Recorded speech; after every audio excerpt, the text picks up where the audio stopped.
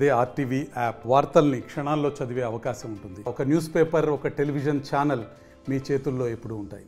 ప్రస్తుతం మనం కరీంనగర్ జిల్లా గంగాధర పోలీస్ స్టేషన్ పరిధిలో ఉన్నాము. ఈ మధ్య కాలంలో చూసినట్లయితే ఉమ్మడి కరీంనగర్ జిల్లా వ్యాప్తంగా సైతం గంజాయి కేసులు అయితే రోజు రోజుకు పెరిగిపోతున్నాయి. ఒకవైపు పోలీసులు ఉక్కుపాదం మోపినప్పటికీ సైతం కొంతమంది అయితే అక్రమదారులు అయితే పట్టణాలు గ్రామాల్లోకి అయితే తీసుకొస్తున్నారు, యువతనైతే నిర్వీర్యం చేస్తున్నారు. ఇదే అంశానికి సంబంధించి అయితే మనతో పాటు అయితే సీఏ ప్రకాష్ ఉన్నారు. ఒకసారి వారితో మాట్లాడడం సార్. చెప్పండి, ఈ మధ్య చూసినట్లయితే గంజాయి కేసులు అయితే రోజు రోజుకు పెరుగుతున్నాయి. ఒకవైపు అయితే పోలీసులు కట్టుదిట్టమైన చర్యలు తీసుకున్నప్పటికీ సైతం కొంత అక్రమదారులు అయితే గంజాయిని అయితే తీసుకొస్తున్నారు, యువతనైతే నిర్వీర్యం చేసే ప్రయత్నం అయితే చేస్తున్నారు. దీనికి సంబంధించి ఏం చెప్తారు అంటే తల్లిదండ్రులు కావచ్చు, అంతేకాకుండా యువతను ఉద్దేశించి అయితే ఏం చెప్తారు సార్? నమస్కారం అండి. ఈ మధ్య మేము గమనించినట్లయితే ఏంటంటే ఎక్కువ మంది కూడా యూత్ అనే వాళ్ళ పిల్లలు ఈ గంజాయి యొక్క బ్యాడ్ హ్యాబిట్కి అలవాటైనట్టుగా కనబడుతుంది. సో దాని పర్యవసనంగా వాళ్ళ యొక్క ఆరోగ్యం పైన కానీ, వాళ్ళ యొక్క ప్రవర్తన విధానం పైన కానీ, తదనంతరం వాళ్ళు చేసేటటువంటి కొన్ని నేరాలు కూడా ఇబ్బందికరంగా ఉంటున్నాయి. కాబట్టి తల్లిదండ్రులు కూడా నా యొక్క విజ్ఞప్తి ఏమనగా, వారి యొక్క పిల్లలు బయట ఎడ్యుకేషన్తో పాటు బయట ఇతర సమయాల్లో వాళ్ళు ఎక్కడ ఉంటున్నారు ఏందనేది కొంచెం పర్సనల్ టేక్ కేర్ తీసుకోవాలని నా యొక్క విజ్ఞప్తి. యాజ్ ఏ పోలీస్ డిపార్ట్మెంట్గా మా తరపు నుంచి మేము చాలా సీరియస్ యాక్షన్ తీసుకుంటున్నాం. ఎన్డీపీఎస్ యాక్ట్ ప్రకారంగా నాన్ బేరబుల్ సెక్షన్ల కింద పెట్టేసి రిమైండ్ చేయడం జరుగుతుంది. దీంతో పాటు యాక్చువల్గా ఎక్కడి నుంచి స్టార్ట్ అవుతుంది, డెస్టినేషన్ ఎక్కడ దీన్ని కల్టివేట్ చేస్తున్నారు, ట్రాన్స్పోర్ట్ ఎవరు చేస్తున్నారు, చేసిన తర్వాత ఎక్కడికి వచ్చి ఎవరు దీనికి ఫైనల్గా విక్టిమ్స్ అవుతున్నారని చెప్పేసి ఎంటైర్ రూట్ను కూడా మేము ట్రాక్ చేయడము.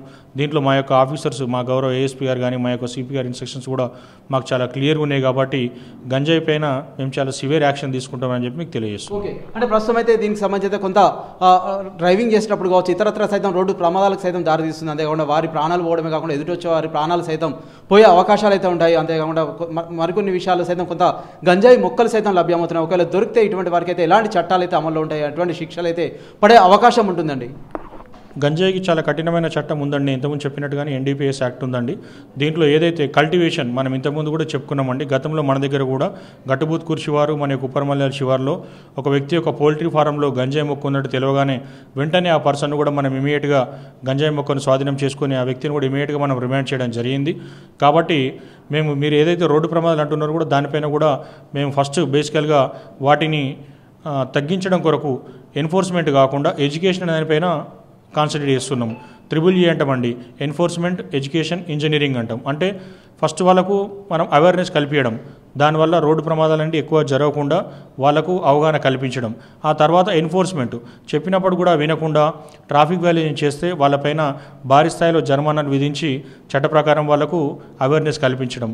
థర్డ్ వన్ వచ్చేసి ఇంజనీరింగ్, అంటే ఎక్కడైనా రోడ్ డిఫెక్ట్ ఉన్నట్టయితే వాటికి రోడ్ క్రాసింగ్ ఏదైనా ఉన్నా అవేర్నెస్ లాగా అక్కడ సైన్ బోర్డ్స్ ఏర్పాటు చేయడం, లేదంటే రంబుల్ స్ట్రిప్స్ ఏర్పాటు చేయడం, బుషెస్ ఏమన్నా ఉంటే క్లియర్ చేయడం, రోడ్ వే అనేది లాంగ్ రూట్ అనేది క్లియర్ చేయడం, ఇలాంటి ప్రికాషన్స్ కూడా మేము తీసుకుంటున్నాం. అంటే ప్రస్తుతం ఈ మధ్య కాలంలో చూసినట్లయితే ఉమ్మడి కరీంనగర్ జిల్లా వ్యాప్తంగా సైతం కొంత చిన్న పిల్లల్ని సైతం అడిక్ట్ చేసే ప్రయత్నం అయితే చేస్తున్నారు. కొంత చాక్లెట్ల రూపంలో కావచ్చు, ఇతరత్ర సైతం వారికి ఇచ్చేదే వారి ఉజ్వల భవిష్యత్తును అయితే నాశనం చేసే పరిస్థితి తీసుకొస్తున్నారు. ఇటువంటి వాటిపై అయితే ఏం చెప్తారు? అంతేకాకుండా ఎలాంటి కేసులు నమోదయ్యే అవకాశాలు ఉన్నాయండి?